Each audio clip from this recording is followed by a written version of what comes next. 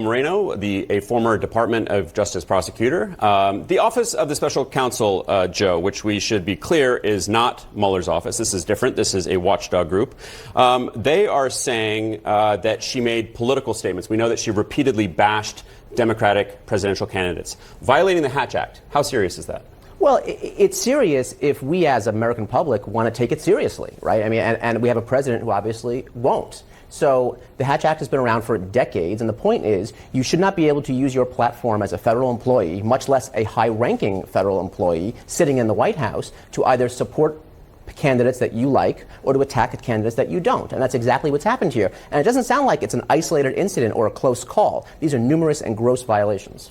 Numerous, but the president says it's because she was asked repeatedly these questions, and therefore she was just answering the questions, and then this becomes a free speech issue. Does that argument hold any water? It's not entrapment, and it's not a free speech issue. You can be a Hatch Act restricted federal employee and certainly have your First Amendment rights. You just have to do it in the venue and at the time when it's appropriate. You don't do it while on government time. You don't do it while on government property. You have a personal capacity, and you can make a distinction. If you're asked a question, look, I can talk about policy as a White House official. You want to hear my political views? We can talk separately about that as a private individual. You can't blend the two.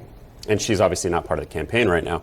The president is saying very clearly at the end of that clip that he's not going to fire Kellyanne Conway. She's a terrific person. But he also said he's going to look into it, which is a bit of a contradiction. I want to read you part of the letter from the Office of the Special Counsel. They wrote, if Ms. Conway were any other federal employee, her multiple violations of the law would almost certainly result in her removal from her federal position. Never has the office had to issue multiple reports to the president concerning Hatch violations by the same individual. So what happens next? Does the president have any say in this? And what happens if he declines, if he essentially rejects their suggestion? Nothing. He has all the say. And it's so unfortunate because this is exactly the kind of swampy behavior this president was supposed to get rid of, right? It's treating the powerful different than the ordinary. It's egregious, and it's a shame because, you know, Alex, I think that beyond the short term of what happens to Kellyanne Conway and President Trump in the next few years, it's in the longer term.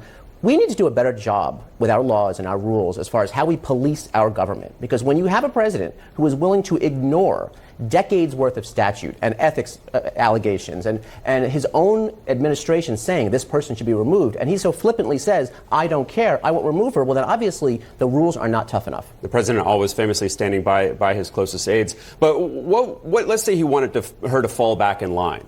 And, you know, we're entering the 2020 race. It's going to get very heated. She is going to get asked again about Democratic presidential candidates.